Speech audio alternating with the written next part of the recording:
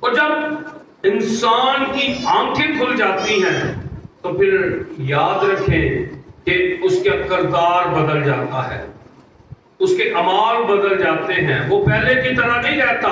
جو یسوع مسیح کے بدن کو اپنی زندگی میں اتار لیتا ہے وہ پہلے جیسا نہیں رہتا، وہ مسیح کے جیسا بننے کی کوشش کرتا ہے اس کی زندگی میں. کیونکہ قرآن یسوع مسیح فرماتے ہیں کہ مجھ سے سیکھو کیونکہ میں حلیم اور دل کا فروتن ہوں. اس کی زندگی میں حلیمی آ جاتی ہے، عاجزی آ جاتی ہے. وہ اپنے آپ کو دوسروں کا غلام بنا لیتا ہے، وہ دوسروں کی خدمت کرتا ہے، وہ استاد ہو کر دوسروں کے پاؤں دھوتا ہے.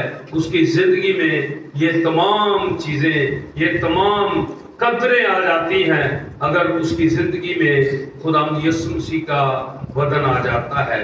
ہم ہر پاک ماس میں ہر اتوار ہم خدا یسوع مسیح کے بدن کو حاصل کرتے ہیں. لیکن غور کریں کہ میری زندگی کتنی بدلی ہے. اس کی صورت پر میں بنایا گیا ہوں، میں خدا کی صورت پر بنایا گیا ہوں. آج میری صورت کیسی ہے، میرا کردار کیسا ہے، میرے اعمال کیسے ہیں. مانگتے مسیح خدا ان کے وسیلہ سے.